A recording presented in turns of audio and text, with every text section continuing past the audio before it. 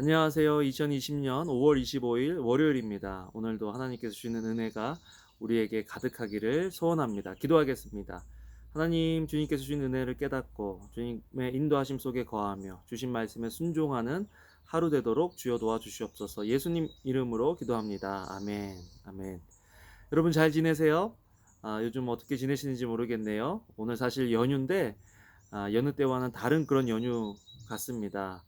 물론 지금 해변가와 산에 수많은 사람들이 지금 있다고 그런 얘기를 하긴 하는데요. 여전히 또 방에 있으면서 시간을 보내시는 분들도 많을 줄로 압니다. 오늘 어디에 있든지 하나님의 말씀 때문에 힘이 생기고 소망이 생기는 그런 하루가 되면 좋겠습니다. 오늘 말씀은 신명기 23장 15절에서 25절 말씀인데요. 오늘 말씀을 보면서 우리 하나님은 약자의 하나님이다라는 그런 묵상이 되어졌습니다. 여러분, 세상은 약자 편인 것 같아도 결국은 강자들이 자기가 원하는 것들을 얻어내는 그런 세상이다라고 생각이 되어질 때가 많죠.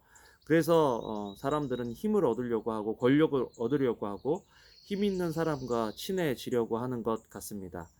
여러분, 그런데 오늘 말씀을 보면 하나님께서는 종에 대해서 또 계속해서 지난주 큐티를 보면요, 소외받고 또 그 사람들의 권리가 보장받지 못하는 사람들을 위해서 하나님께서 법을 제정하고 계시는 것들을 보게 됩니다.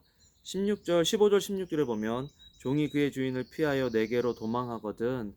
사실 종이 도망한다는 것, 또 도망친 하인을 종을 거둔다는 것은 쉽지 않은 그런 일이죠. 그런데 그렇게 하면 그를 압제하지 말라, 너와 함께 있게 하라라고 이야기하십니다. 여러분, 저는 이 말씀 보면서 도망친 종은 약점을 잡힌 종이죠. 그런데 상처 입은 종이죠. 그런데 그런 사람들, 약점이 있고 상처 입은 사람들을 함부로 대하지 말고 약점 잡아서 힘들게 하지 말고 그 사람들을 잘 대해주라는 것, 그것이 오늘 하나님께서 하시는 말씀이다라는 그런 생각을 해봅니다.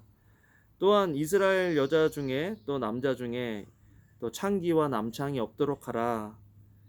또 그들이 바치는 소득은 하나님께 드릴 수 없다라고 이야기하는 것들을 보면서 삶에서 하나님과 동행하고 하나님 말씀대로 순종하는 것이 헌신이고 참된 예배자의 모습이다라는 묵상을 해보게 되었습니다. 여러분, 우리의 삶이 우리의 예배와 직접적인 연관이 돼 있다는 것을 우리가 안다면 우리의 삶 속에서 우리는 하나님께서 원하시는 모습으로 살아가야 한다는 것입니다. 예배의 모습 따로, 삶의 모습 따로가 아니라 예배와 삶이 일치하는 삶을 살아가기를 하나님께서 원하신다는 것을 알아야 합니다. 또한 하나님께서는 내 이웃의 포도원에 들어갈 때에는 마음대로 그 포도를 배불리 먹어도 되고, 그러나 그릇에 담지는 말고, 곡식밭에 들어갈 때는 내 손으로 이삭을 따도 되지만 그러나 내 이웃의 곡식밭에 낫을 대진 말아라. 여러분, 이것은 약자만을 위한 하나님의 배려가 아니라 또 가진 자들, 강한 사람들을 위한 배려이기도 하다. 그래서 하나님은 정의로우신 하나님, 공의로우신 하나님이다. 약자들을 돌보시지만 그렇다고 가진 자들, 강자들을 무시하고 함부로 하시는 하나님도 아니시라는 것, 강자와 약자를 다 배려하시는 하나님이시라는 것을 알게 되었습니다.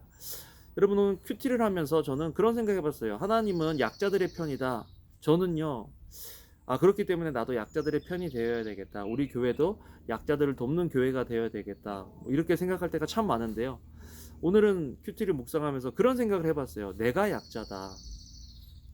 하나님은 약자들의 편이다 해서 끝나는 것이 아니라 하나님은 약자인 내 편이다 라는 생각을 하니까 내 삶 속에 하나님이 정말 필요하구나 하는 그런 생각을 많이 해보게 됐어요.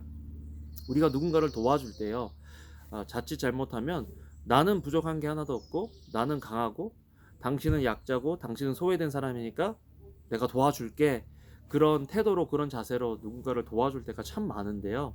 오늘 말씀을 보면 이거는 내가 약자라는 생각을 할 때, 또 내가 약자라는 것을 깨달을 때 하나님이 나와 우리와 함께 하시는 것들을 깨달을 수 있구나. 여러분, 사실 우리는 약자거든요. 또 아무리 지금은 강해도 언젠가는 약자가 될 수 있는 거예요. 여러분, 나이가 먹는다는 것은요, 어느 순간까지는 강해지지만 그 정점에서부터는 내려오는 것들, 그렇기 때문에 결국은 우리도 약자가 될 수 있고 된다라는 것입니다. 그런데 우리가 살아있을 때, 우리가 조금이라도 뭔가를 가지고 힘이 있을 때 약한 사람들을 도와주고 힘들고 어려운 사람들을 도와주면 그것들이 나중에 우리에게 돌아온다는 것이에요. 이것이 곧 적게 심는 자는 적게 거두고 많이 심는 자는 많이 거둔다 하는 말이로다.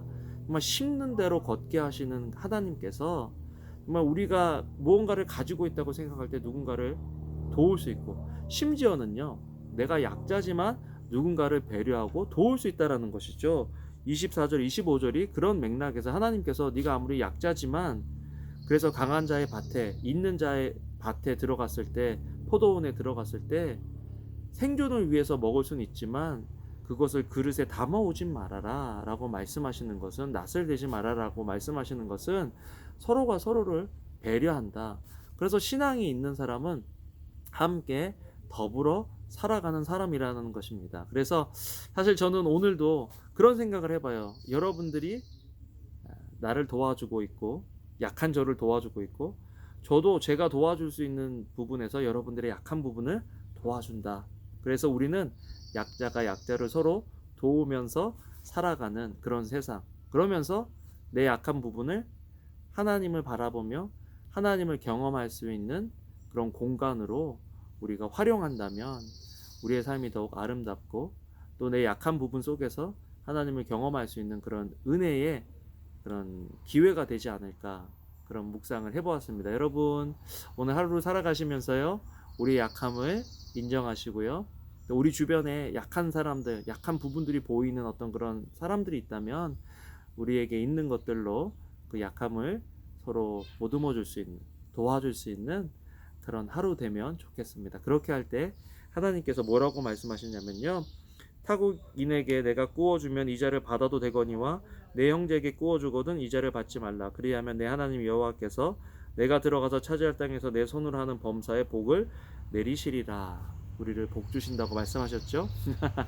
그래서 우리 오늘도 하나님의 약속을 바라보고, 또 주변에 있는 사람들 돌아보고 우리가 약자이라는 것을 인정하며 또 함께 더불어 살아가는 귀한 하루 되기를 주님의 이름으로 축원합니다. 기도하겠습니다. 하나님, 약자의 하나님이 되어주시는 주님, 우리가 연약합니다.